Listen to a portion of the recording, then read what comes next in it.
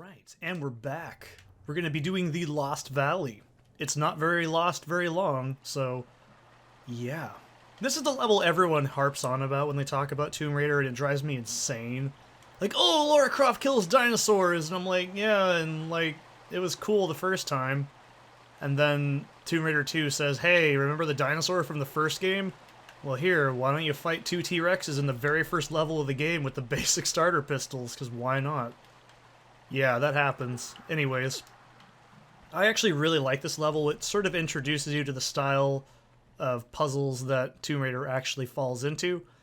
It's a very interesting kind of game because a lot of it's non-linear for the most part, and you can do most of the puzzles in any order, but some of them you can finish a little bit ahead of time, some of them not so much. There's actually a secret over there, but I'll get it later. I'm actually going to go back here later on in the level anyways. Well, happy birthday! I guess we're going to do it later. So, never mind. I was going to get the shotgun, but I guess I'm not going to. That's... I'll get it later, how about that? So, I don't really need it anyways yet. I hardly ever use the shotgun if I'm honest. I really only use it in, like, a few portions of the game. And I have played this game quite a bit, so I do know where I'm going to... Oh, excuse me, that was gross. I know where I'm going to use it and where I'm not. Also, this is an interesting bit of story detail. I don't think this was intentional, but I think it might be. This is actually the last time you see wolves in the entire area. And if you notice in the beginning of the levels, there was the wolf prints that lead out here. These are actually the last wolves you end up seeing in the entire area. They either got killed by the dinosaurs, or this was just their last little den. I don't know, it was always weird. Like, this is the last area they're in. It makes me feel kind of bad killing them, because when I was a kid I was like, oh look, wow, there's wolves and shit. Like, what do they eat? Where do they go? Like, whatever, you know, it was so cool. Why are there bears in here? What are they eating? Where's Laura pee? What if she has to pee? What does she eat? Did she bring food with her? You know, these are all things I'm pretty sure everybody's thinking of, but no one cares in the end of the day.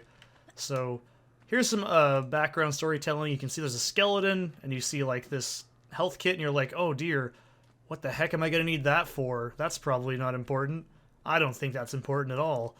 Better pull out my guns, because there's a fucking raptor.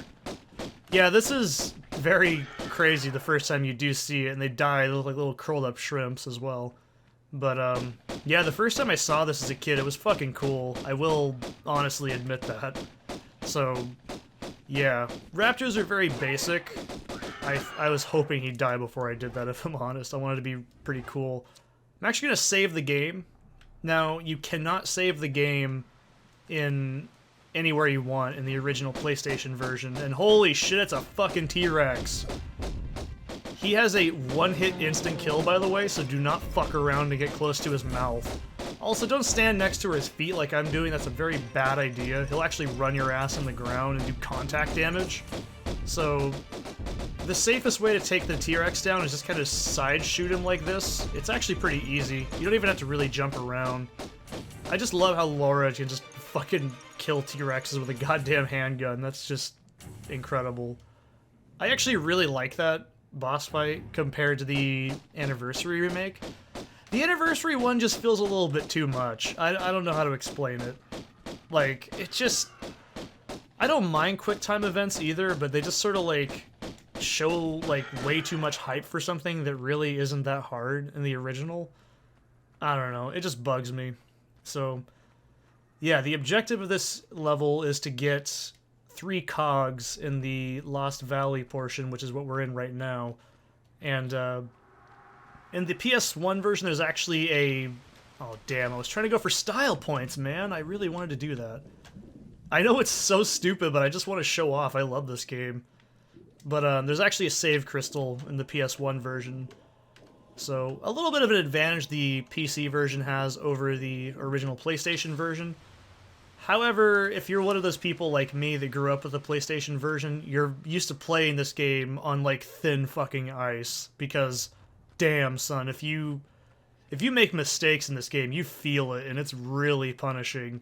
This is one of those games where I will fully admit, when you make a mistake, it hurts. It is just, you feel it in your stomach. You're like, oh shit, I'm gonna die. Like, I pushed the wrong button. So, it's definitely one of those. Now, this is a little bit of an iffy jump. I'm gonna actually save, because this jump is really iffy. And man, I remember when I was a kid, my dad's like, you know what's up there? It's the missing link. And I was like, huh? What's that? Yeah, I made an anime noise at my dad, and it scared him. It was pretty intense. So, it's a little awkward to do side jumps in this game, but if you've played it before, it's actually pretty basic. It's something you get used to. And trust me, man, you want to pick up all these ammo packs and stuff that you can find, because later on in the game, they become very scarce. And you can actually dead game yourself, kind of. I mean, you can finish the game with just the pistols. I did it as a kid. Like, not for fun, I just did it. Excuse me. And, it's not fun. You trust me, you get to Atlantis and you go, fuck, this game is annoying. So, I will always say Tomb Raider is not a combat engine kind of game. Like, it's not very fun with the combat. So, if you want to save yourself some time, just pick up all the ammo you can find. It's very beneficial. Mainly the health kits as well, because later on the health kits do become very scarce. So, I strongly recommend picking them up. It's not a bad idea. It's in your best interest each time. Also, this is the very first, like, leap of faith kind of bridge that can kill you. So, to make these jumps, just back up. And I know this game's timings very well, so I'm not even thinking at this point. But, Lara will always make a jump if you line yourself up correctly, which is why I say the game is actually very, friendly seeming. But the controls are so precise and so, you know, like, tight that you actually kind of have yourself to blame after a while, because there is, like, there's a level of control in this game that's just unparalleled. I can't explain it. You just have to play it. So, like, for me, I don't know, like, maybe it's because I'm so used to this game from a kid, I just assume it's not that bad.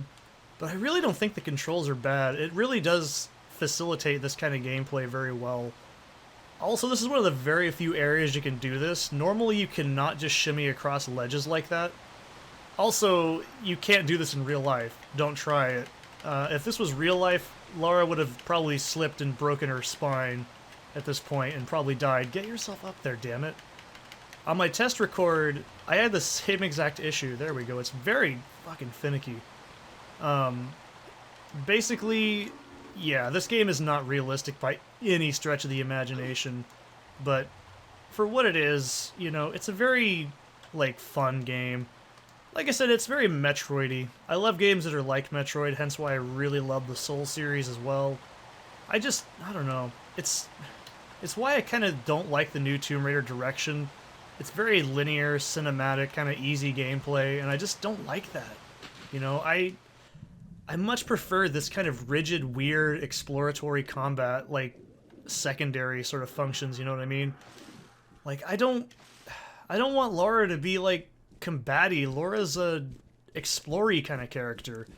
Also, if I was a smart person and got the shotgun, like in that last area, I would have just blown Raptor Man's head straight off his fucking little dinosaur shoulders, so this would have been hilariously funny, so I didn't mean to fall, I promise. It was all a mistake. Get the fuck over here, you bastard.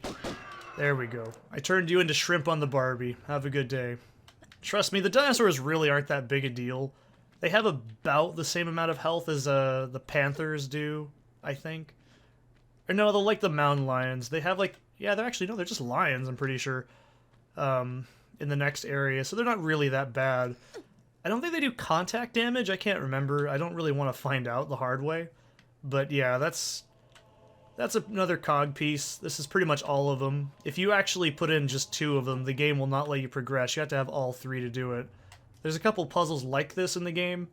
By the way, I was saying earlier, if you do that ledge drop move, if you do what I just did, you won't take any damage. If it's a reasonable drop, I should say.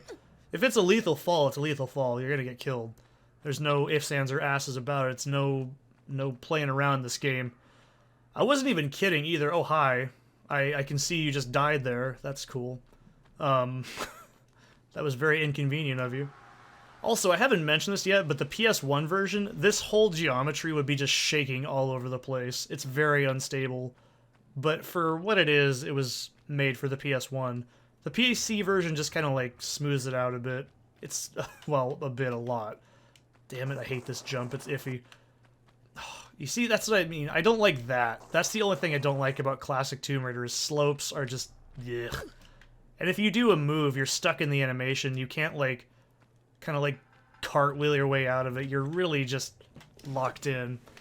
Which can lead to some pretty nasty accidental deaths if you're not careful, but I do kind of know where most of the bullshit parts in this game is. Because, I mean, it is a very forgiving game. In the beginning, I should say. Once you get to Atlantis, the game's like, alright, you know what you're doing, have fun. And just throw some pretty heinous shit at you. Especially the Great Pyramid, that's a pretty nasty level. I will say that much. Like, I think that's the difference, is Tomb Raider 2 introduces more combat. Tomb Raider 1 is more about observing your environment. I also would love to point out right now, I was saying how, oh, the controls in this game aren't very good with a joystick, and I've been using the joystick the entire time because I'm used to Tomb Raider 2. So, doesn't really matter, I know what I'm doing. And if you're watching this and you're like, wow, he makes it look really easy, this game's got to control really easy. I'm dead serious, this is playing this game for like most of my entire life. I don't even have to think about it after a while. I fucked that jump up, and I'm so mad about it. Like, I don't know.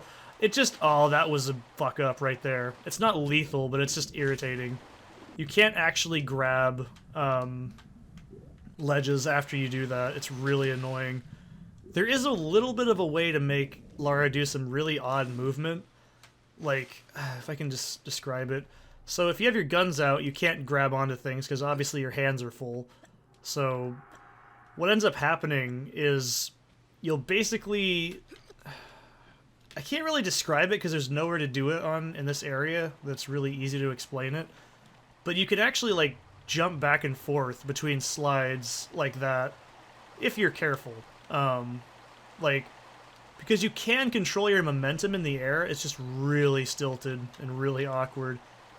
And I know somebody's going to say, is the camera really bad in this game? And to me, no, it's not. It's actually pretty smooth and competent. I've never really had any issue in this game with the camera. And that's not even just me playing Stockholm Syndrome to the amount of time I play this game. I just think the camera's fine. I never had any real issue with it.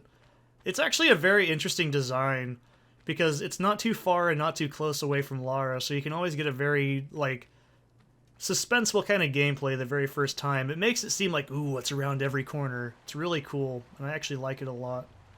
Kind of reminds me of early Resident Evil, especially in control scheme as well. But I don't know. It's just really cool. I actually just love Tomb Raider 1, if you could not tell.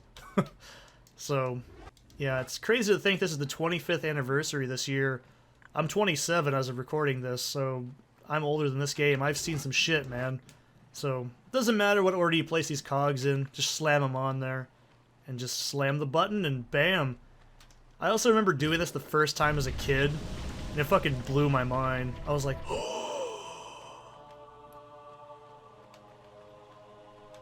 I basically felt that music. That's how I felt. This is also their secret you can get as well. I don't, like I said, know where every secret is in this entire game. So if I miss one, don't be like, oh, you fucking scrub, you missed one secret, because I'm well aware of that. You can't grab up ledges like that either. If you swim near them, you have to have, like... I can describe it pretty fairly, I guess, while I'm doing this, but a surface like this, you can't actually grab on top of if you're underwater. I'll actually try and show it, so you'll just fly away from it because of the pressure, but still. I'll show you another secret as well. I should be able to grab onto this. If I can't, I'm going to be so bitchy. Okay, normally I do this first, so this is where you get your shotgun as well. It's pretty much a power weapon. It's essentially like a just one-shot kill on most enemies. 1 to 2 shots, I should say. I don't really use it very often. The ammo only comes in 2 per pickup as well, and I just don't really use it that often. I use it for a couple of enemies here and there, which I won't spoil. So, yeah. I don't know. For the most part, I use the pistols, and then I switch over to the magnums, and then I use the Uzi on the very last level. I mean, Until I run out of Magnum ammo, I should say, because the Magnum is fantastic. It's probably the best weapon in the game. So, here's some more shotgun ammo. You can't get this area until you actually flip that switch as well, because this is actually going to be dry if you don't have any, and you'll just hit a dead end, and you won't be able to go down here.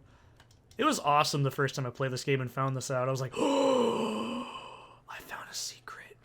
I just love the exploration vibe this game gives you. It's just so cool. And it may seem rough and stilted, but man, to me it's just second nature. I've played this game so many times. Hence why I haven't had to save, or, oh, excuse me, how I haven't died yet either. So, I know what I'm doing. That's all I gotta say, okay? I know exactly what I'm doing. So you can see what I mean. When you do that little dolphin dive, you have a little bit more momentum when you fall. It's really not necessary, but it's just style points, man. Gotta dunk on them bitches. And anyways, that's the end of this level as well. I hope you guys are enjoying the series so far, and I'll see ya in the next one.